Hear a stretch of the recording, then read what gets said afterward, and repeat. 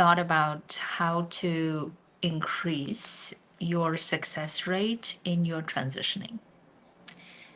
And if you have thought about it, what do you think are the elements of increasing your success rate, whatever that goal you have and whatever you consider under success? So I was discussing this with several of my clients recently, and I want to give examples of what they answered me to my question, and also how we continue thinking about transitioning in the old paradigm, as I call it, instead of looking at how things have changed so much that keep looking at the old paradigm may not help us anymore. And with these examples, I will illustrate what I mean. So I have a client who is in a very executive senior leadership position, and he wants to go for another similar position. And as we were discussing as to what the problems were, which are standing in his way to get the next senior leadership position, some of the things that he was telling me is he was saying that, well, it's the HR people who are not good at doing their job, and therefore they're gatekeeping and not really allowing me to even get to the interview, right? So now let's say that HR people is the problem that he's identifying. Let's say this is the problem that we need to be solving. Now, if we just stay at the point of saying, okay, because of HR people, I'm not getting an interview for another leadership position, obviously we're not able to solve anything, right? We're not able to do anything with that information or with that way of approaching the current job market, because we can't go and dictate HRs what to do and how to do their job.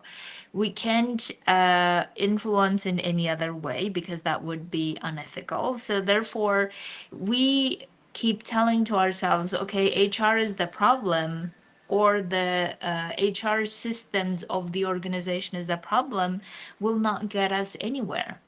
So not only we will not increase our success rate if we keep just banging our head against and saying HR is the problem, but also we get so frustrated that we don't get the job that we want to in the period that we want to, and then we keep delaying, and the more time passes, the more difficult it becomes for us to get back in our feet.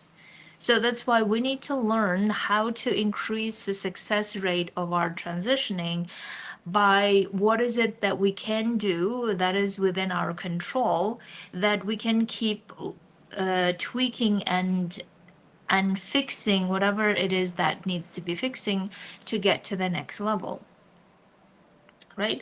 So the other example that I wanted to bring is a very similar one, but it's another thing that just fascinated me as we were having this coaching session, where a client of mine was telling me that she had been in that job for 2 decades almost, and she wanted to go for a higher position, but she never managed. And when I was asking her, well, what would make sure that now you make that jump and now you are able to go from the operational person to the leadership person?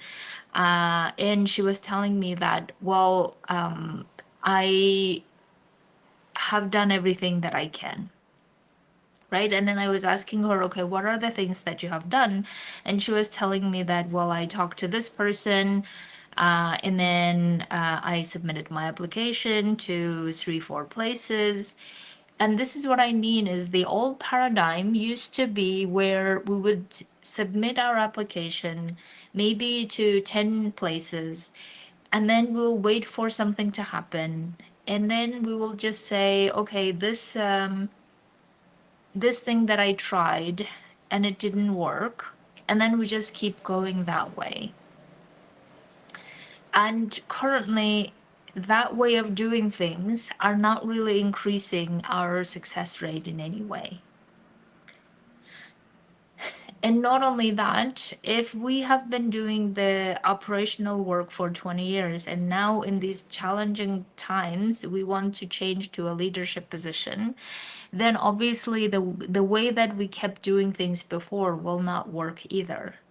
Right? So that's why we need to start looking at, okay, the way that I have done things before haven't increased my success rate. I want to do things differently now. And what are the things that are specific that I can do that will increase my chances of at least talking to the people who are inside the organization, at least getting them advocate on my behalf if they would like to, at least getting them to see my profile and see if there is a chance for me to even transfer. And all of that requires currently in this job market a systemic approach, meaning systematically doing the application, systematically doing the networking, systematically doing the selling of your expertise conversations, as I call it, right? All of this needs more systematic approach.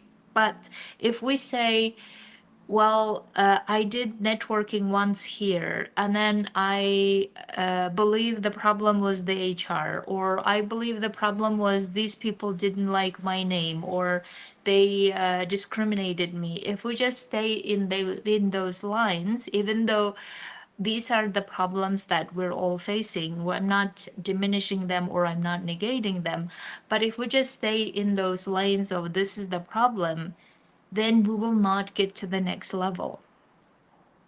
And you have probably seen this in your own life time after time. If we just stay at that level of this is the problem and I can't do anything with it, then it's likely that either we will keep agreeing to jobs that we don't want to, or keep staying in jobs that we don't like, or not really wanting to even cover, like not being able to cover our basics. So the systemic approach of increasing success rate that I believe is one of the ways for us to decide, okay, if I really get serious and all in on my next goal of transitioning, whether it's going from operations to leadership, whether going from one job to another, whether going from one sector to another, or whether going within the sector, right? Whatever the goal is, we want to get specific as to what are the ways I can increase that success rate. What are the specific things that I can do? And the ones that have been working currently that I have been helping my clients to do this is one is like this is beside the networking and the selling your expertise conversations, beside those two that I believe are important part of the systemic approach to getting the goals that we want. The other thing that we want to be doing is we want to be solving those problem that our brain keeps saying, oh, this is a problem and I don't know what to do about it, right? Like in the case of my client, as I said, if we say the HR is the problem and therefore we're not doing anything further, then we will not probably get to anywhere that we want to. And in fact, excuse me, several of my clients are struggling in the how long it has been since they have been to an interview, and then feeling like their confidence level is dropping the more time passes. And in order for us not to pass more time between what we have currently, whatever the energy level that we have, that we want to go all in, that's where we need to do most of the work. So beside networking and selling your expertise conversations, we need to be looking at, okay, what is the problem specifically that we need to be solving? Is if it's the HR problem, let's say, we can solve that HR problem, then what else is going on there that we need to be solving? So with this client, I was discussing as to, okay, if other managers, future managers want to talk to your previous managers about you and find out who this person you are and find out about your personality, what will they find out? Right? And we were discussing how he is perceived and how he is seen in the workplace, how other people will be talking about him, and then what we can do in that, what we can do for him to be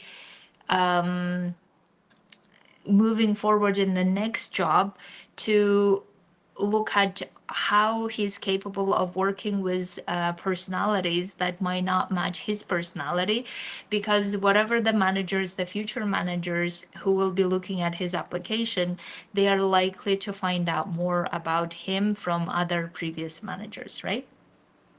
And then we were discussing about how the previous managers, or some of them, may not have the opinions that we would like to. And then I was telling him, okay, if the previous manager will not have the opinion that we would like to, then the next time when we're working with managers, we need to be looking at, okay, what type of relationship led to managers not having great opinion.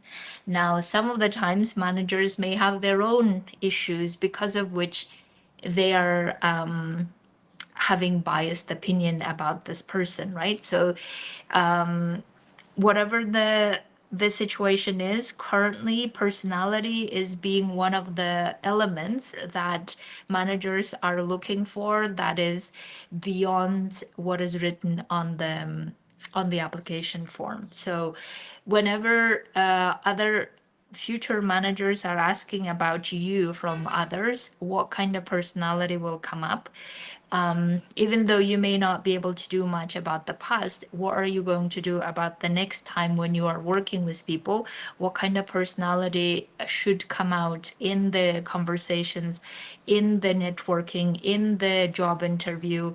And we can work on that a lot, right? So that's one piece of the element to increase the success rate. Now, again, don't hear me wrong by saying that, oh, now we need to dilute down our personality to be fitting whatever the manager wants. No, because then again, if we keep trying to fit into every manager's liking of the personality, then you shouldn't be having any personality, right? Because then it becomes like a schizophrenic thing. But we still want to be building the personality that is true to who you are and who is capable of working with different types of personalities at work. Especially if you're going for managerial or leadership positions, this is probably one of the things that will be required. Besides you being able to work well with donors and counterparts and others, your ability, your personality of working and creating safety in working with other people at workplace with your manager, whether your manager is a great secure manager or insecure manager, you need to be able to work with them. So that personality and that identity we can build beautifully to be getting you ready for that transitioning.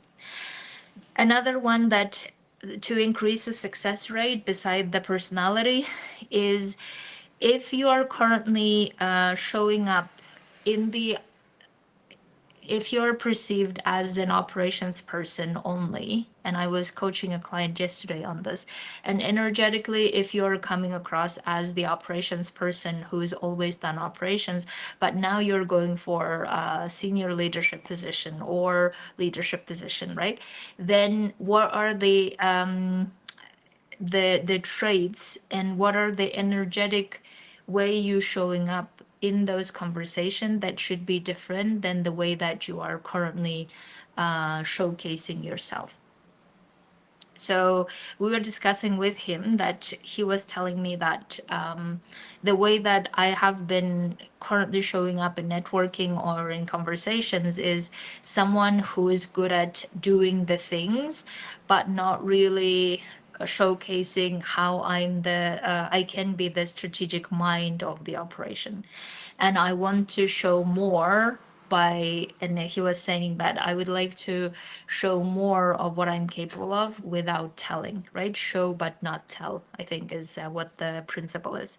So in that energetic presence with the people that you are conversing, especially if you are wanting your next promotion or next job to be in the leadership position, then the energetic match to the leader you will be working with should be closer than the person who is in the operations only. And it becomes, as I'm explaining currently, it may sound a bit like I don't know what she's talking about. So we need to really look at how you come across, how you think of yourself, how you perceive yourself, how you position yourself.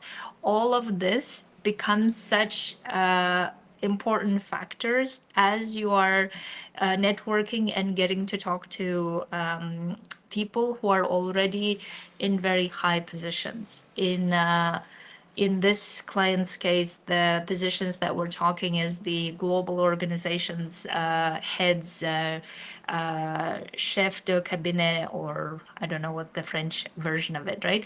All of this almost political figures in the organization, when you are talking them, the energy that you show up in, the the confidence level, the way that you talk about what you're capable of, the way you demonstrate it, all of this, we need to do some training for you to shift that energy from being the person who does the operations to being the person who can play, who can act in those levels. And that's where the energy work that we might need to do. So beside the personality work, the energy work that is necessary to get your success rate increasing, to be seen and to be welcomed as someone who is ready to take up this challenge and this role, right?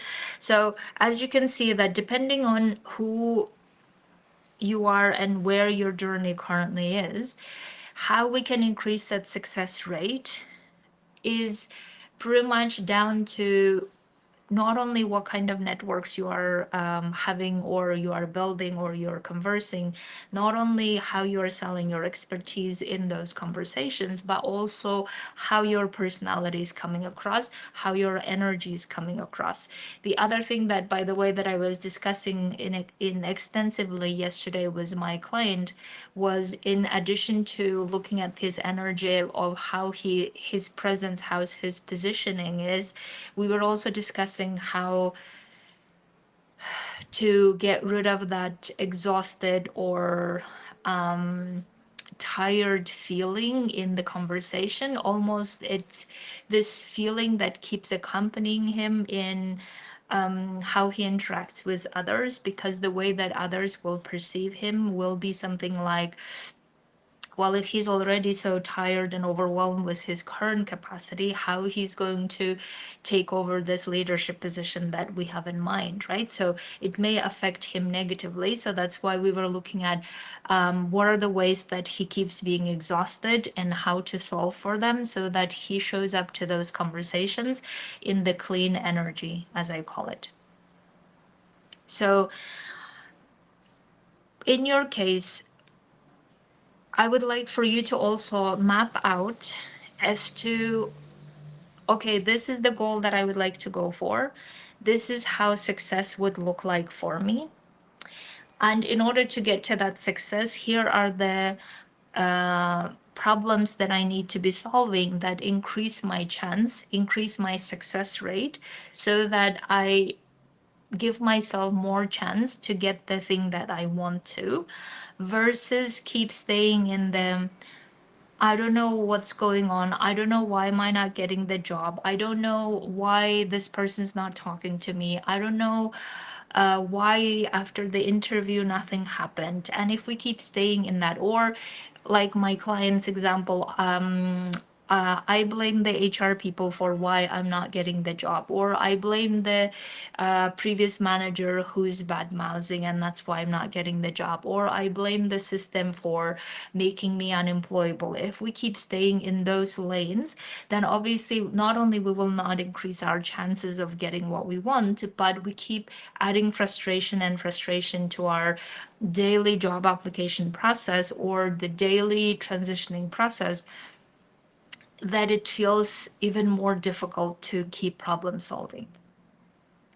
And as I said, doing it systematically is what is currently required. And no matter how much your brain will be saying, oh, it doesn't matter anyway, I will try here and there. And if we keep approaching it from that place, then the results also may be something like it may or may not happen. And we may get the thing that we don't really want to, right? So that's why I'm really trying to find ways to support humanitarians where we approach it systematically, meaning regularly and consistently.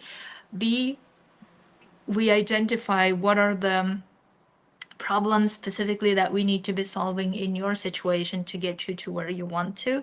And C, how do we know that what we're doing is working or not?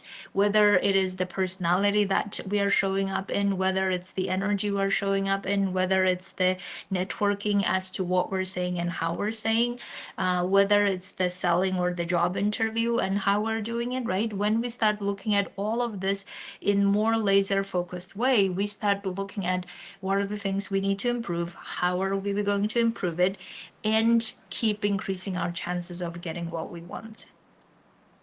And that's why the hybrid individual and group coaching that I'm offering currently for 6 months, the whole purpose is this, is give you enough chance to do this individually with me if you're not comfortable doing it in the group, and in the group giving you all the tools possible for you to start looking at, okay, here is this thing is not working and here is what I can do to solve it. Here is the thing that I haven't understood why, let me understand why, and then start getting constructive with your transitioning, right? So we're starting tomorrow. I'm very excited. We have amazing people already in it, and I would like for you to be part of this group and individual coaching as well.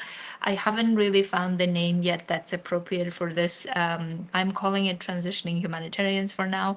So if you would like to be part of it, it's $600 for 6 months, and you will get individual coaching 30 minutes each week. On the first come first base serve basis, where there will be other people as well, and you will be booking the call with me to discuss whatever the specific things that we need to be solving, instead of just saying I don't know what's happening and I don't know why, or I don't know why I keep doing it and nothing is working. That we need to stop doing, instead looking at, okay, this is not working possibly, and here's how I'm going to solve it. This is not working, and here is what can be done about it. Okay, so you can email me to join the group and individual hybrid program, and I will see you tomorrow in the individual or group coaching. Okay, my dears, have a beautiful week, and I'll talk to you very